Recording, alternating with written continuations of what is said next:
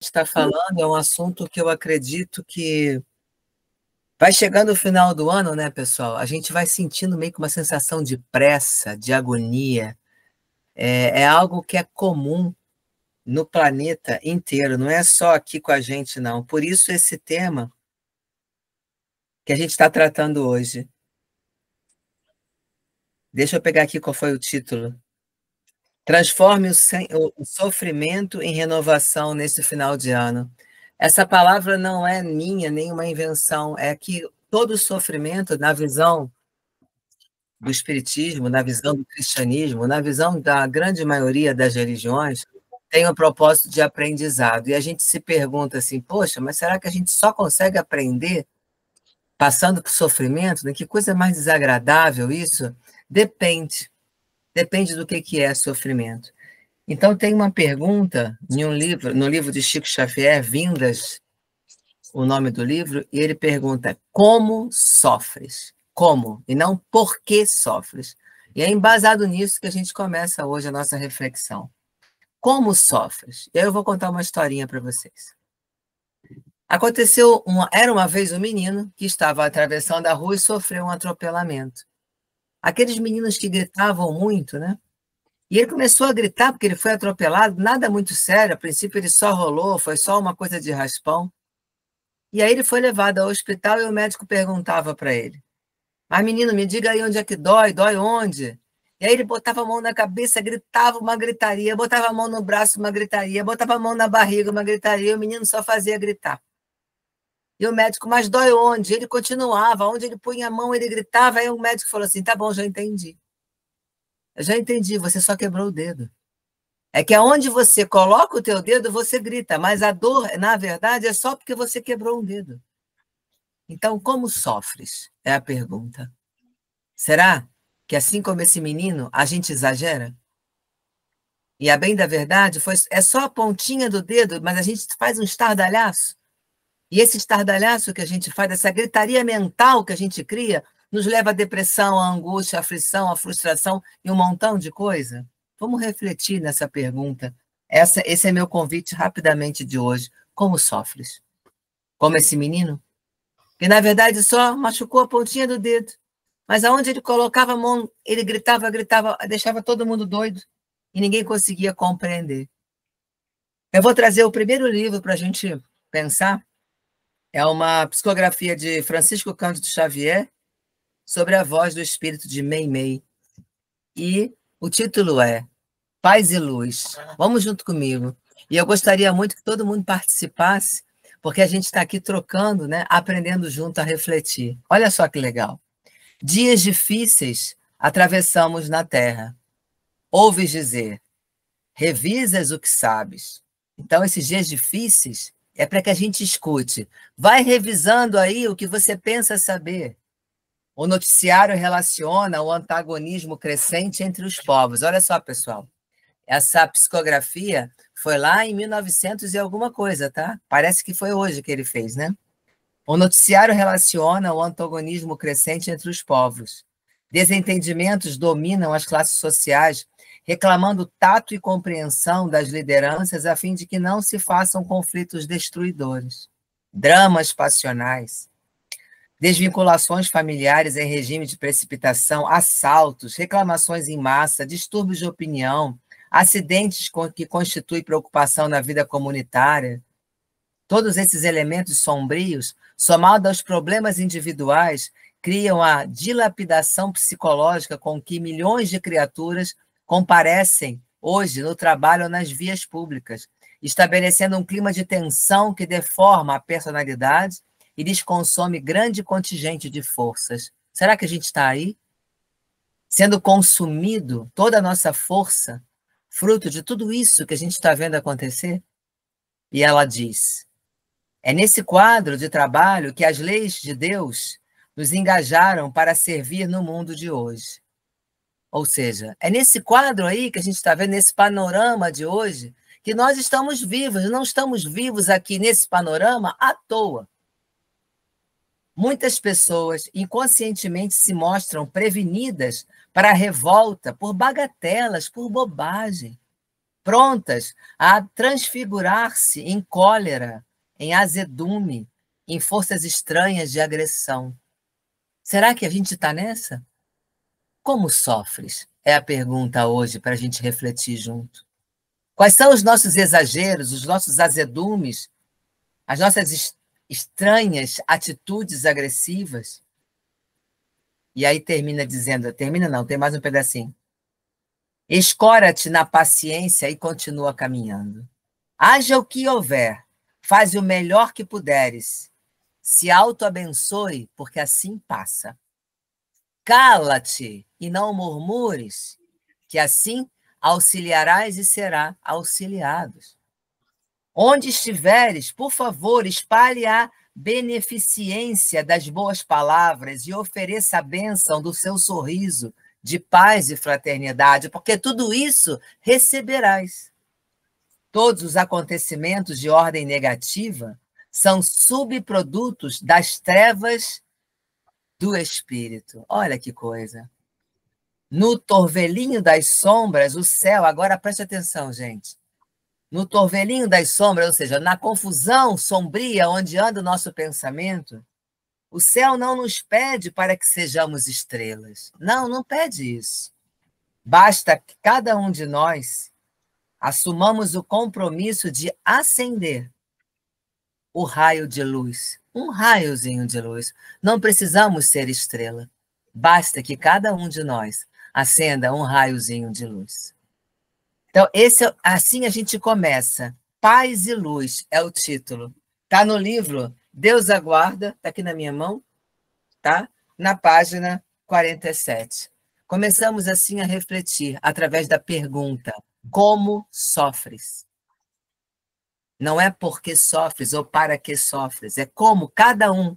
Como é que a Virgínia traz o sofrimento? Como é que a Renata, a Carmen, eu, Tereza, Rosilene, Antônio, Tiago, como sofres é a pergunta.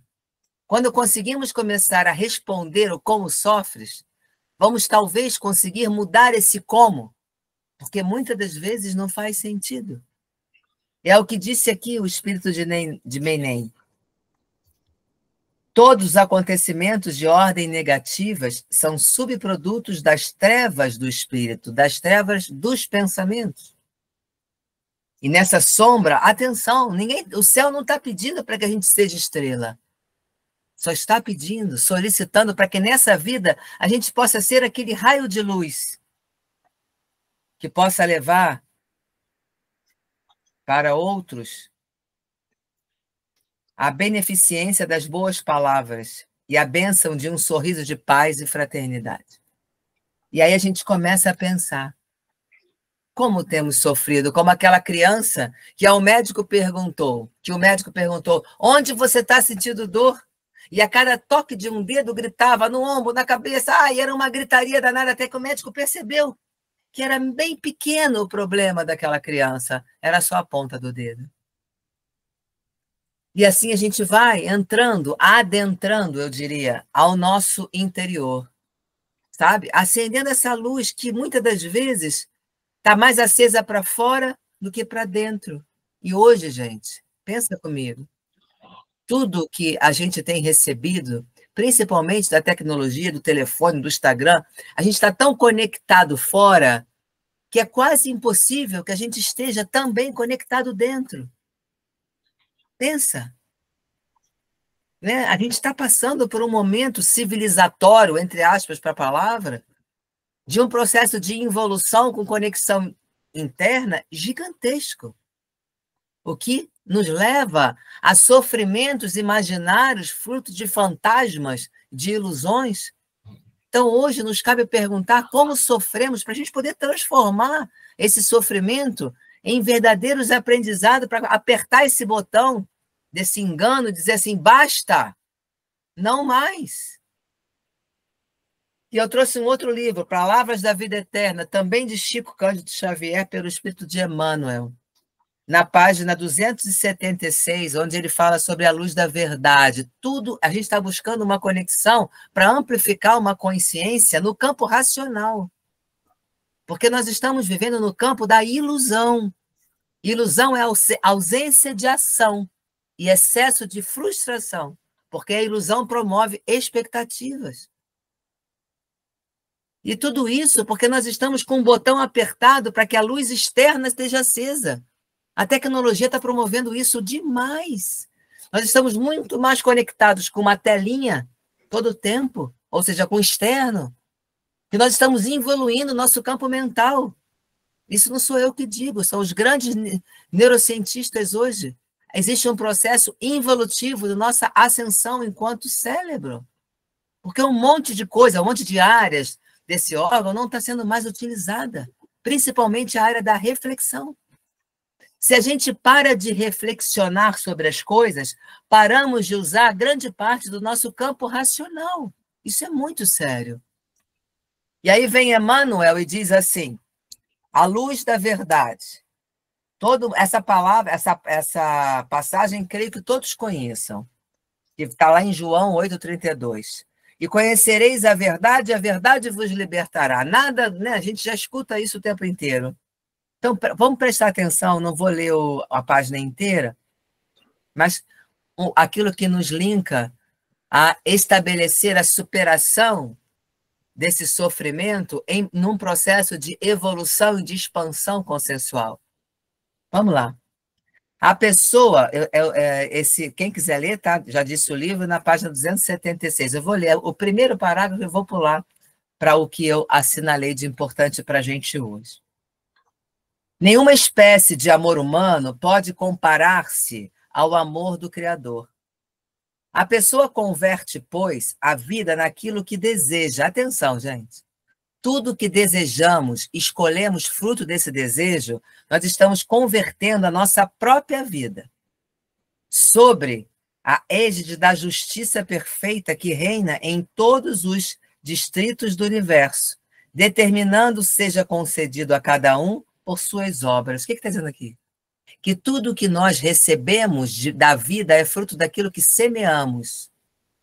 Então, se eu não sei o que estou plantando, se eu não tenho o conhecimento dessa verdade que me liberta, não é a minha verdade, não, é a verdade que me liberta. Cada um de nós precisamos perceber onde estamos prisioneiros para perceber o que vamos aplicar para a gente romper essas correntes, essas amarras que nos faz com que a gente continue agarrado ali.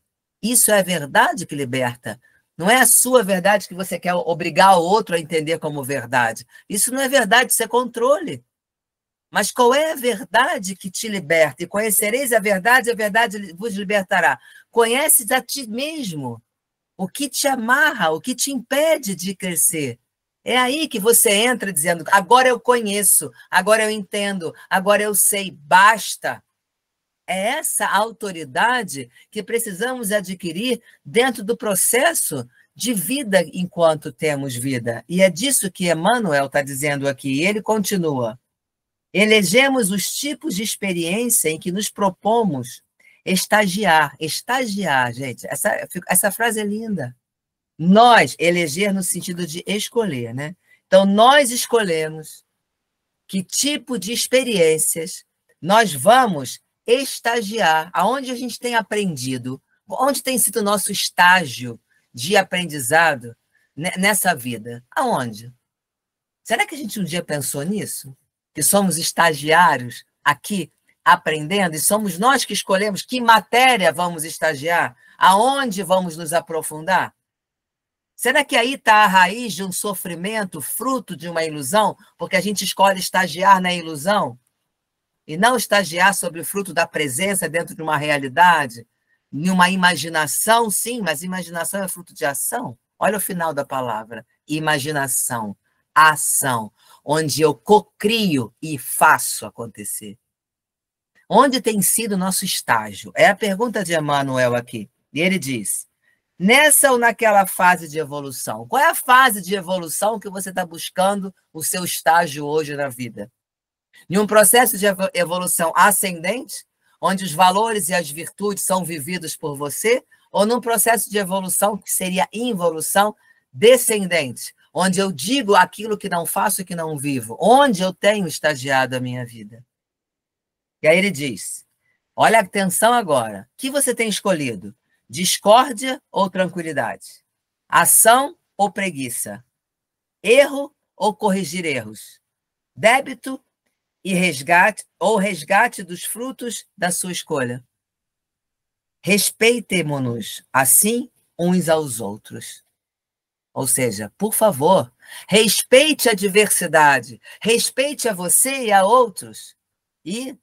Agora, Emmanuel, ele é muito didático e muito, eu diria, cirúrgico, né? Porque ele fala e dá exemplos. Então, onde nós temos estagiado? Na discórdia ou na tranquilidade? Na ação ou na preguiça? No erro ou corrigindo erros? Devendo, que é débito, ou resgatando os frutos da nossa escolha, ou seja, resgatar os frutos negativos, os débitos, os vícios e transmutar isso e resgatar os bons frutos e amplificar. Onde tem sido o nosso estágio? Onde tem sido o nosso estágio vai definir como sofremos. E a partir daí passamos a ter autonomia para mudar a história. E continua ele dizendo: não intentes constranger o próximo a ler a cartilha da sua realidade pelos teus olhos, nem interpretar os ensinamentos do cotidiano com a cabeça que te pertence, querendo que todos pensem como você. A emancipação íntima surgirá para a consciência, à medida que a consciência se dispõe a buscá-la. Vou repetir, tá? Esse parágrafo. Atenção. A emancipação íntima, o que é isso? O seu processo de adulto, no sentido de emocional. Então, o seu adulto emocional vai despontar à medida em que se disponha a buscá-lo. Então, o que Emmanuel está dizendo é, se você se dispõe a buscar esse adulto emocional que cronologicamente você já é, você vai encontrar. Se você não dispõe, não vai ganhar de presente. É a nossa contrapartida. E aí continua. Rememoremos as palavras. Conhecereis a verdade vos libertará. Nota-se que o mestre não designou lugar, não traçou condições, não instituiu roteiros, nem especificou tempo. Simplesmente prometeu: conhecereis a verdade, e para o acesso à verdade cabe um dia atrás do outro. Então, gente, vamos pensar comigo. Como sofremos? Produzimos o nosso próprio sofrimento pelo fruto de não conhecer a si mesmo e de estarmos tão envolvidos com a tecnologia que acendemos a luz externa e a interna está apagada. Então, para que a gente possa, como disse o nosso chamado hoje aqui do nosso encontro, né? Para que a gente possa transformar o sofrimento, ou como sofremos, em renovação nesse final de ano, primeiro, vamos acender a nossa luz interna. E nessa busca verdadeira, buscar sair do campo da ilusão. E assim, para fechar, não duvides. O que duvida é semelhante à onda do mar, que é levado pelo vento e lançado de um lado para o outro. Não duvides. Aqui está, a dúvida é sine qua non para que a gente permaneça sofrendo e nem sabendo por quê, e nem sabendo como. Então, não duvides. Quem duvida de si próprio perturba o auxílio divino a si mesmo. Olha que interessante. Quem duvida de si próprio perturba, atrapalha o auxílio da grande corte celestial sobre si mesmo. O que está querendo dizer aqui, gente? Confia, siga em frente, dê o melhor que você possa dar de você, como a gente já leu ali no livro de Chico, Deus aguarda. Deus aguarda que nós possamos dar o melhor de nós mesmos e confiar e ter certeza daquilo que a gente tem plantado nessa vida. E continua. Abandone a pressa e pare de ouvir o desânimo. Não importa que a nossa conquista surja triunfantemente hoje ou amanhã. Vale trabalhar e fazer o melhor que poderemos, aqui e agora, porque a vida se incumbe de trazer-nos aquilo que buscamos. E nessa peregrinação incansável, não nos esqueçamos de que a dúvida será sempre o fruto do derrotismo e inclinarmos para a negação e para a morte. Eu vou repetir esse parágrafo. E nessa peregrinação incansável, não nos esqueçamos de que a dúvida será sempre o frio do derrotismo, a inclinarmos-nos para a negação e para a morte. Então, como sofremos? Se sofremos fruto de dúvida, para tudo. Como sofres? Lamentando, murmurando, deprimindo, agonizando, fruto de ilusões? Vamos mudar a história. Essa é a reflexão que eu trouxe para vocês hoje. Se a gente quer trazer renovação nesse final de ano, vamos parar de duvidar, principalmente em nós mesmos. Vamos confiar e seguir em frente. Vamos transformar, deixar. Eu estou procurando aqui a palavra onde Emmanuel diz: vamos trocar a discórdia pela tranquilidade, a preguiça pela ação, o erro por corrigi-lo, a dívida pelo resgate dos frutos da nossa escolha. Vamos respeitar os outros, vamos respeitar um ao outro. E, para finalizar, aqui, agora eu estou indo de trás para frente, tá, gente? Paz e luz. Lembra-se, todos os acontecimentos de ordem negativa são subprodutos da nossa ignorância do nosso espírito. E nas turbulências das sombras, lembra-se, o céu não nos pede que sejamos estrelas. Basta que cada um de nós assuma o compromisso de acender uma pequena luz. Dessa maneira, sabe para onde vai o sofrimento? Desaparece absolutamente, porque no momento em que eu acendo essa luz, presta atenção aqui uma coisa, eu vou apagar a luz. Eu vou acender a luz. Quando acendemos a luz, instantaneamente, a sombra desaparece. Que possamos fazer isso. Acender a nossa luz interna e sair tranquilizando, tirando a dúvida, trazendo confiança e mudando tudo que a gente está refletindo aqui. Alguém quer falar alguma coisa, quer compartilhar alguma coisa, que a gente já está encerrando, o nosso encontro é rapidinho, mas é um encontro de profunda reflexão, nesse momento de fim do ano, de Natal chegando, e de agonia, e de pressa, e temos que estar assim, temos que estar assado. Só temos que acender a luz interna e apagar um pouco essa luz que nos vincula ao externo o tempo inteiro. Alguém quer falar alguma coisa? Se não, eu convido vocês a pegar um copo d'água, quem quiser, obviamente, a minha água já está aqui, elevar a mão assim, e vamos agradecer por mais um dia.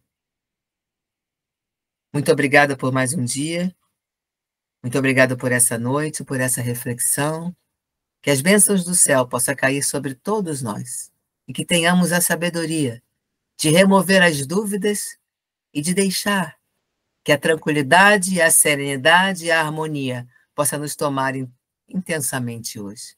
E assim a gente dorme na sagrada paz. Confia, siga em frente e vamos juntos. Quem tiver com a água aí, beba a tua água como um remédio homeopático, um remédio que traz essa serenidade para a nossa alma que a gente está precisando tanto. Que assim seja, gente.